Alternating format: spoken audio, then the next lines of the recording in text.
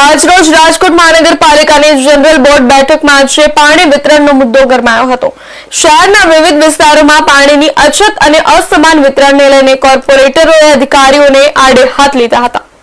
General board દરમિયાન અને કેતન પટેલ, ઘનશ્યામ હેરભા અને મનીષ ભટ્ટ સહિતના સભ્યોએ તેમના વોર્ડમાં પૂરતા પ્રમાણમાં પાણી ન મળતું હોવાની ફરિયાદો ઉઠાવી હતી।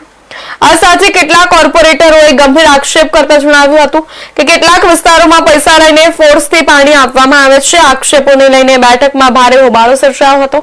કોર્પોરેટરોએ સમગ્ર મામલે પારદર્શક તપાસ કરવાની માંગ સાથે જવાબદાર અધિકારીઓ સામે કાર્યવાહી કરવાની પણ માંગ કરી હતી। બીજી તરફ મનપા અધિકારીઓએ પાણી વિતરણ વ્યવસ્થામાં સુધારા માટે જરૂરી પગલાં લેવામાં આવી રહ્યા હોવાનું જણાવ્યું હતું। હવે આ સમગ્ર મામલે મનપા તંત્ર શું કાર્યવાહી કરે છે તેના પર સૌની નજર મંડાઈ છે।